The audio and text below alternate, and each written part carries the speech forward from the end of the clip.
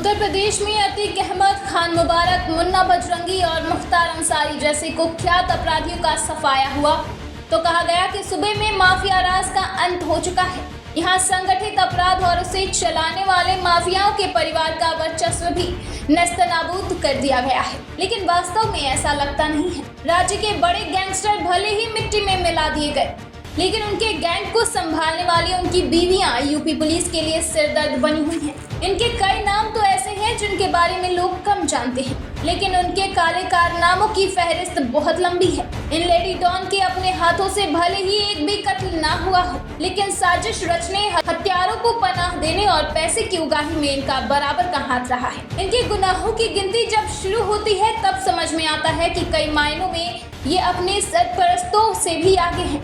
तभी तो इनमें से कुछ को पुलिस भी खोज नहीं पा रही है। 24 फरवरी 2023 प्रयागराज का धूमनगंज, यहाँ कोर्ट से लौटते समय उमेश पाल की उसके 2 सरकारी गनर सहित गोलियों से भूनकर हत्या कर दी गई। उमेश पाल दिवंगत विधायक राजू पाल के भाई और उनके हत्याकांड में मुख्य गवाह थे।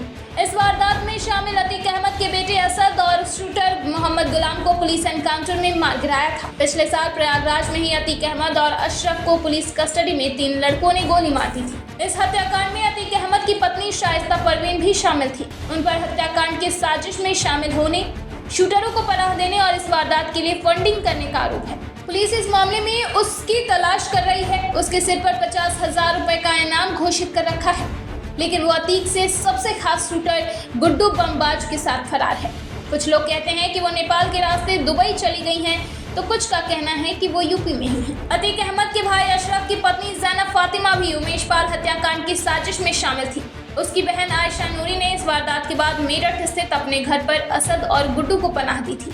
इसका सीसीटीवी फुटेज भी सामने आया था, जिसमें दोनों घर में जाते हुए दिखाई दिए थे। इस खुलासे के बाद आयशा नूरी फरार हो गई थी। पुलिस ने ज़ैनब फातिमा और आयशा नूरी पर भी 25-25 हजार का इनाम घोषित कर रखा है। इसके बाद बारी आती है मुख्तार अंसारी की पत्नी अफशान अंसारी की, जिस पर गाजीपुर पुलिस ने 75,000 का इनाम घोषित कर रखा है। उसकी तलाश में पुलिस गाजीपुर से लेकर लखनऊ तक छापेमारी कर रही है, लेकिन उसका कहीं पता नहीं चल पा रहा है।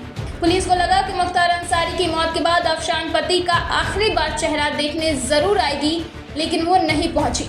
हालांकि उसके देवर अफजाल अंसारी उसे सरेंडर की सलाह देते हैं। ब्यूरो रिपोर्ट, दिल्ली समाचार।